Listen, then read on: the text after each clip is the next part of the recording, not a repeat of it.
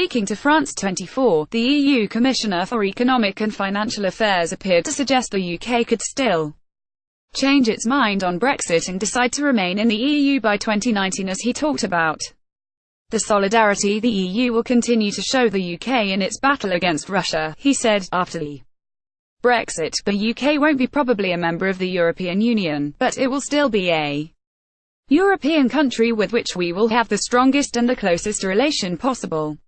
That's what we want. That's what I want. Asked whether he thought there was still a chance that the UK would change its mind and reverse the decision to leave, he replied, "There is a possibility. Certainly the door is not closed from our side, but it's up to the British people to decide."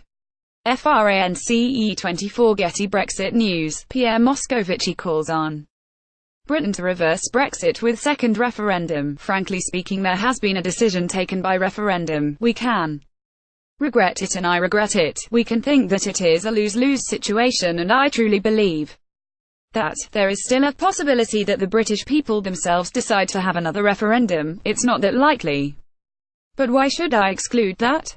Certainly the door is not closed from our side, but it's up to the British people to decide. Pierre Moscovici. And why should I discourage those who believe that the UK must belong to the EU, since my strong personal and political belief is that it's better to be together. But again, there is a matter of sovereignty, and very likely, more than likely, on the 29th March 2019 the UK won't be any more a member of the EU. We will regret that. This is not the first time Mr. Moscovici has spoken out in favour of a second EU referendum in Britain in an attempt to convince British officials to reverse the decision to leave the bloc. Speaking in Davos last January, the former French Minister of the Economy said he would welcome a U-turn by Britain on its decision to leave. Mr. Moscovici said, "To be honest, I think Brexit is a lose-lose deal.